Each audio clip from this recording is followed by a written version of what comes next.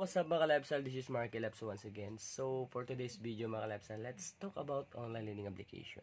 So, kung naalala nyo or nabasa nyo yung pinost ko sa community natin, yes, merong nag-approach sa akin, isang dating agent. I mean, agent pa rin siya now ha, pero yung dati niyang olang pinagtatrabahuan is actually total shutdown na. Ngayon, itong pinagtatrabahuan niya ngayon is very big fish, very known. So disclaimer muna once again ha, ginawa ko tong video para hindi siraan yung mga online lending application. So nagbibigay lang ako ng awareness para dun sa mga gustong mag-loan sa mga online lending application. Okay? So yung online lending application na pinagtatrabahoan ni ma'am, hindi ko na lang sasabihin yung pangalan. Tago na lang natin sa pangalang, sa alias na Mara.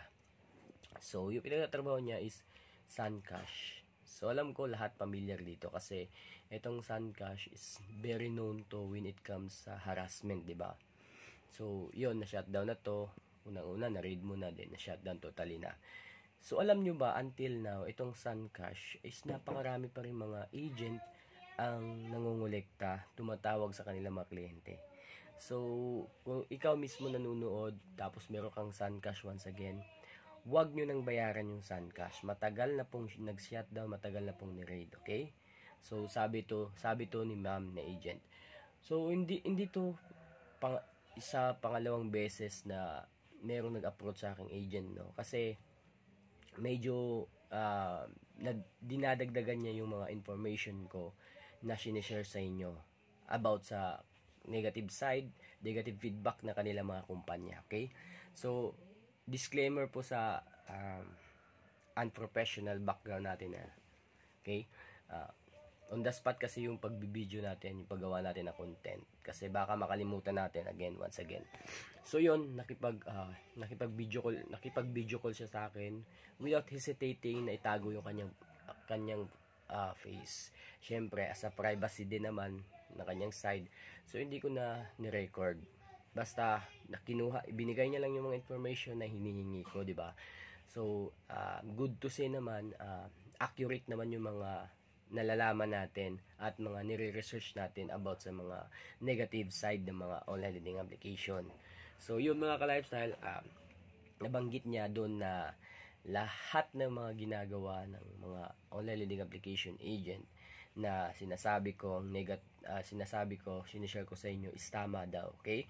So, sa pagkakaalam niya, wala pa daw silang pinuntahang mga kliyente nila kahit malapit nga sa kanila kahit malapit sa kumpanya nila. Actually sa Pasay daw yun. Yes, sa Pasay po yung nabanggit niya na pinagtatrabahuan niya. Ngayon, nagtatrabaho siya sa Nabotas daw. Nabotas. So nagkaroon tayo ng idea, di ba? Pero hindi ko na babanggitin kung anong ola to.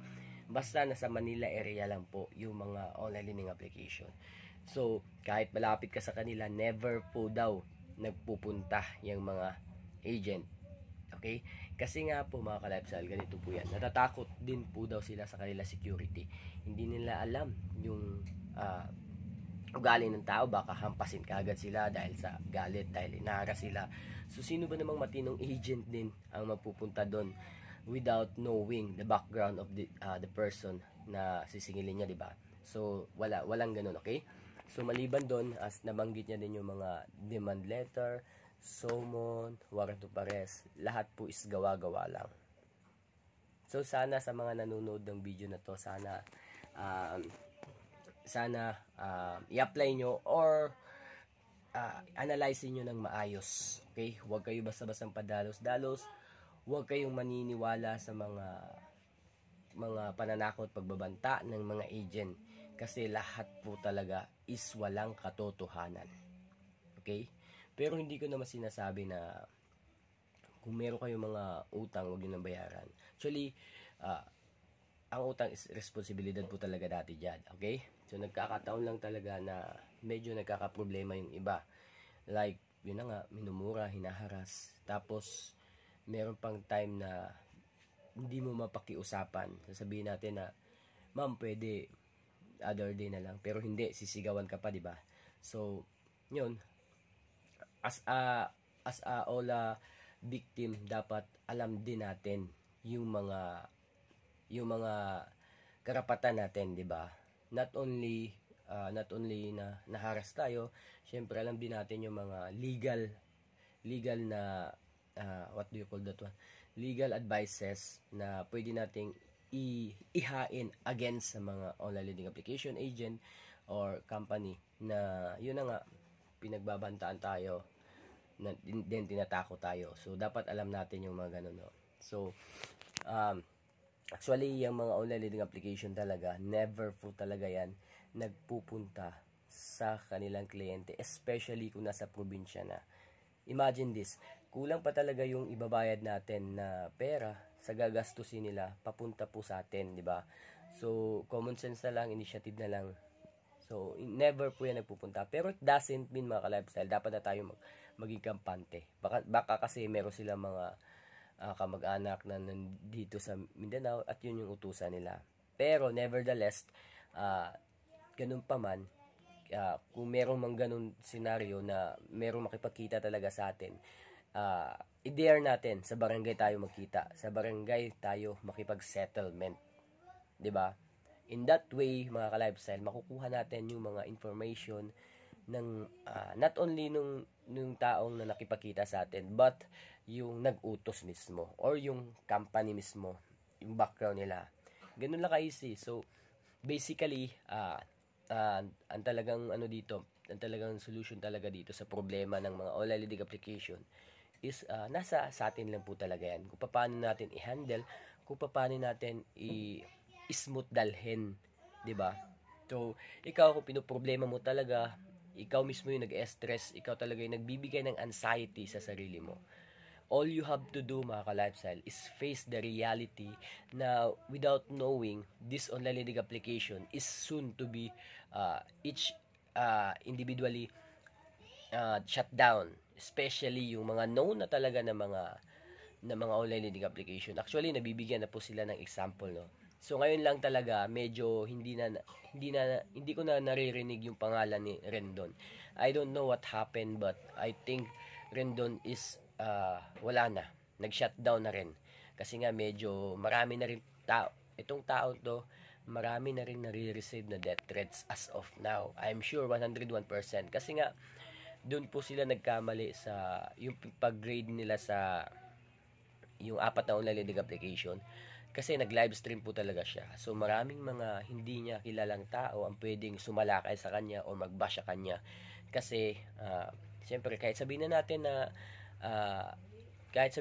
na yung mali lang naman yung binobroadcast niya or nila-live stream niya, pero meron pa rin mga ibang tao doon na hindi masyadong haras na inakunan ng video, pero I don't know kung nakunan ba lahat, no? Pero anyways, the damage is done kay Rendon. So I hope na mag-stand pa rin siya sa kanyang advocacy at hikain na makatulong sa online lending application dahil sinimulan niya 'yan, 'di ba?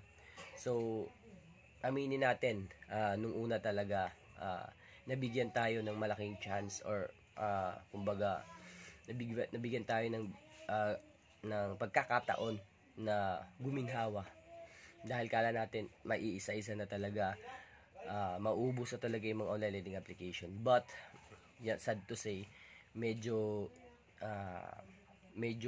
hindi umaayon kay Rendon yung panahon, 'di ba? Pero anyways, sana bumalik na yung kanyang advocacy.